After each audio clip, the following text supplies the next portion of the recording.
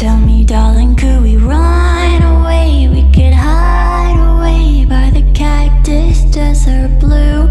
I can see it just a mile away from this crowded place. I could lay there next to you. All right, welcome back, friends. So, welcome back to another episode of Best Freaking Friends Forever. And thank you guys for watching. Thank you guys for commenting down below and subscribing. If you haven't subscribed, please do that for us, guys. But today, we're going to be talking about Disney's Robin Hood, so the animated version of it. So it was released on November 8th, 1973. We couldn't find like exactly what it made like worldwide or in the US, but we did find that it made $34 million, which with inflation is $198 million, which is a lot of money. Oh, and its budget was $5 million. Yeah. So they budgeted $5 million for it. That's a lot of money for back then, $5 million. Because inflation, because I looked up that too, was like 480 something percent from 73 to 2001. That's a big spike. Well, especially I feel like that's a big budget for an animated film, but maybe, I mean, especially for back then for an animated film. Now today that'd probably be, I mean, that probably wouldn't be very much. Yeah, with everything that they can do now, that probably wouldn't be anything. What was your favorite part? I don't know. I had a difficult time, like, pinpointing, like, one specific part.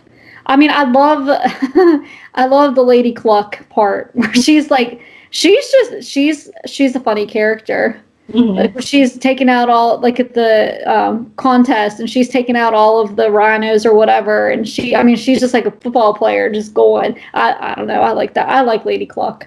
Yeah, there's no holding her back. There's not. I remember as a kid, and I think it probably is my favorite still to this day, is where Robin and Maid Marian are walking. The song's playing. It's at night, and there's fireflies, I like that song, and the scene's really pretty. And they go walk underneath the waterfall. That's probably my favorite, and I like the song's really cute. That is a good one. Now that you said that, I like when at the contest, I like how they make eye contact. Like when he goes over to her, mm-hmm. and she recognizes him just by his eyes. Yeah.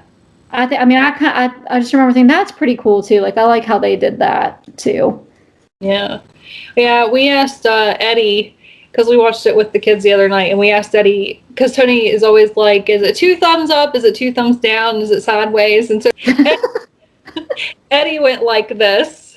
So he gave it 1.5 thumb, I guess. Okay. Yeah. Well, I mean, I feel like at the beginning it was kind of, for me as an adult, it was kind of hard to get through. But then I did find myself getting back into it, mm-hmm. Basically from the archery contest to the end.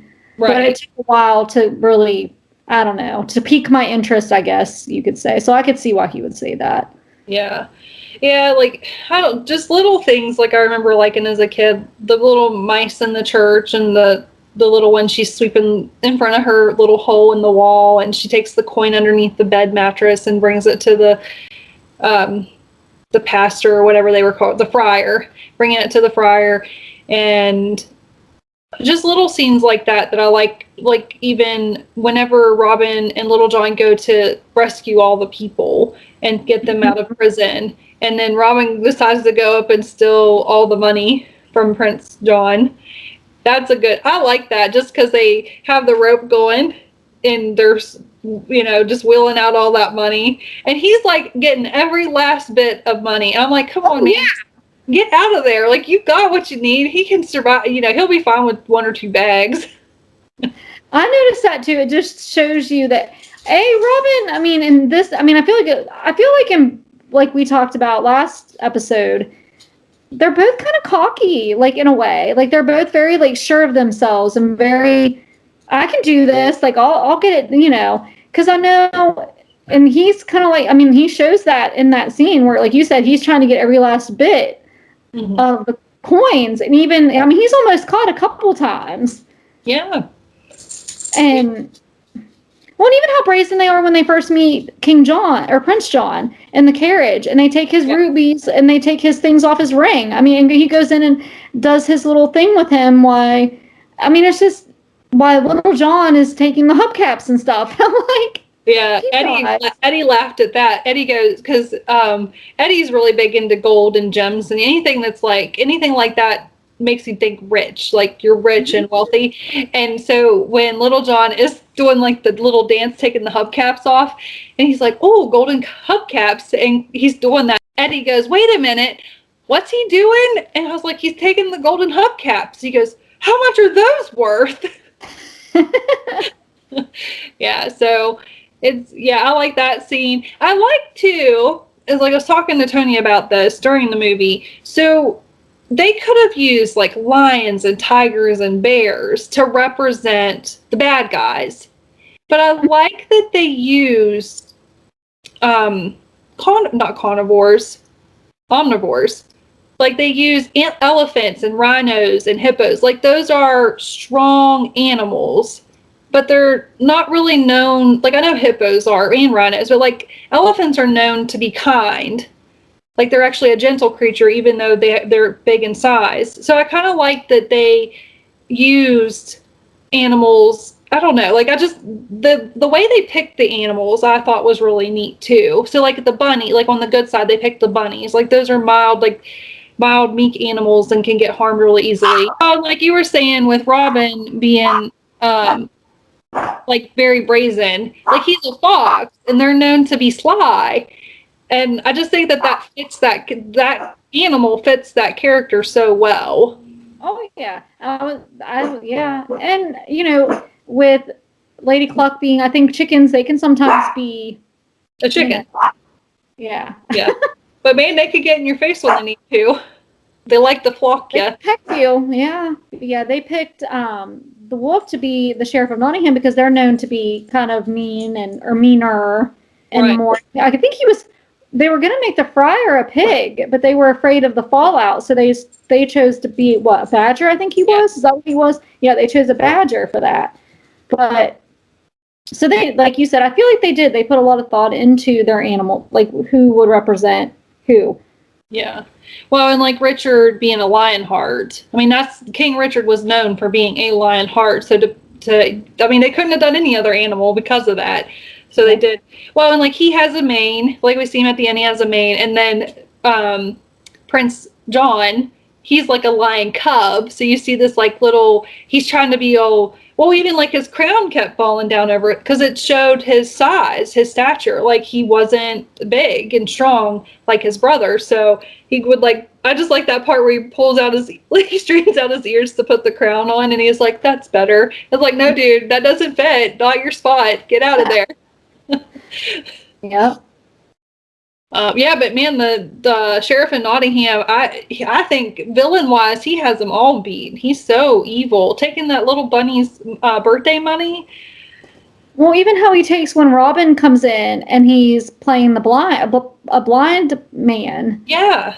And he shoots the coin in and it flips 3 out, and I'm like, man, like, and even going in and taking the from the poor box. Mm-hmm. And Friar Tuck is like, that's the poor box. Like, you're not taking from it. And then they arrest him. And I don't know why that scene hit me so hard. Like, when you see, like, the jail cell and you see Friar Tuck and you see, like, the bunny, mm-hmm. the mom, and all her babies with her. And then you see the 2 owls.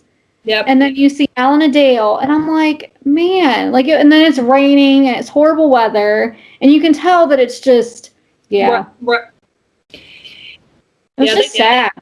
They did a good job with that scene. And Prince John always sucking his thumb, and they come up with that song. Little John has that song that he sings about him, and then of course, what was it? This Hiss and the sheriff start singing it, and he catches them singing it. But I mean, what do you expect when you're a cruel ruler like that? You're not going to get the love of the people. Mm-mm. You have to be a compassionate, merciful king, and he wasn't. Nope. And I don't know. In that version, I don't even think he wanted, the people to like him. Like, I don't think he had any intention for that. He didn't care. No. I guess in most of the versions he really didn't, but and the Sheriff of Nottingham in most versions, he was even worse than him in most versions. I mean, he's very cruel too. Yeah. Yeah. So I don't know. Overall, it's an okay movie. I feel like for Disney, it could have been better because they've done a lot. I mean, we're gonna do Lady and the Tramp here in this week, and that's just that one's older than this one. And by 20, yeah. Yeah, and it was better in my opinion. Oh, by leaps and bounds, I think. Well, I mean, this was the first animated movie to be over an hour and 20 minutes since Fantasia. So it was longer.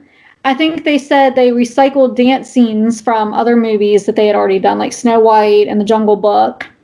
It was the first Walt Disney animation film to not feature any humans since Bambi, which was made in 1942. Unlike that film, these animals are anthropomorphic, living like humans do, but without there being any non-anthropomorphic animals. So they were all human-like, but there were no humans to speak of, but they lived like humans did. Yeah. Which was kind of interesting. Yeah. And Lady Marian, she only appears 30 minutes in this movie, and she's his main love interest. So how about that? Well, that's odd because I feel like you see her. Like, it's not like she's missing. You see her. Yeah. But yeah, she was only in it 30 minutes, and she's the main love interest of Robin. Because really, she doesn't come in. I mean, it's a long time before we even see her, I think, isn't it? I mean, that's a good...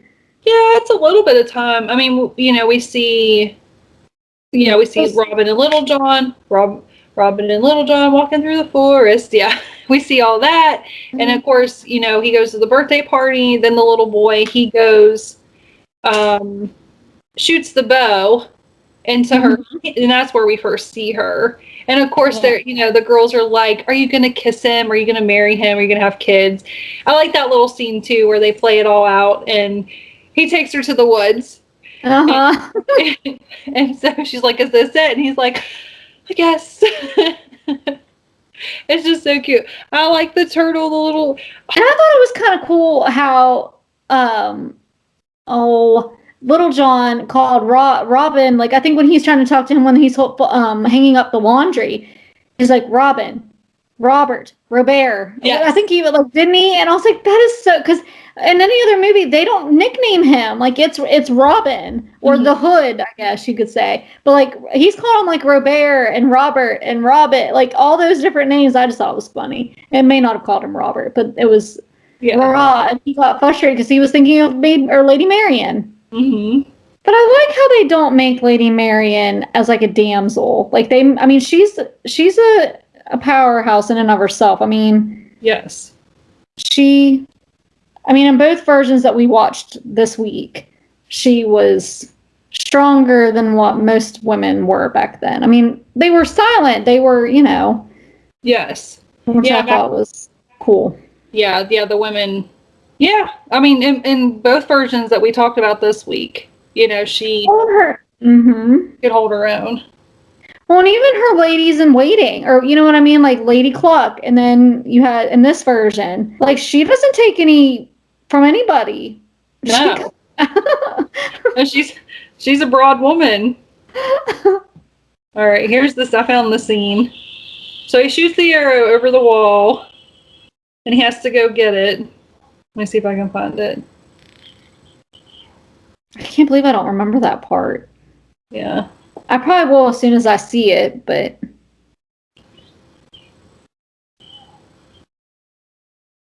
Yeah, the turtle's like, the Prince John will chop off your head, and he puts his head down in his shell. I remember that part, but I don't remember any oath. Yeah. Yeah, you gotta take the oath. Yeah. Put your hand on your heart and cross your eyes, which I cannot cross my eyes. Well, yeah, that's not gonna happen. Spider, snakes, and lizard heads. Spider, snakes, and lizard heads? Okay, spider, snakes, and lizard heads. If I tattletale, I'll die until I'm dead. If I tattletale, I'll die until I'm dead. Oh boy. Yeah. And and the turtle has to do that in order to, like, so that the little bunny can go get his arrow. I just thought that little part was cute. I was like, oh, I should have Shelley do that. She has to swear or do the oath. Spider snakes and lizard heads. All right, guys. Well, that was Disney's Robin Hood. We thank you for liking, subscribing, sharing this. And what was your favorite part? Did you watch this as a child? Even our older audience, was this something that you got the pleasure of watching? Because I know a lot of times people back in the day didn't get to watch these movies. But until next time, I'm Tiffany. This is my BFFF Shelley. Join us next time, friends, for another great episode.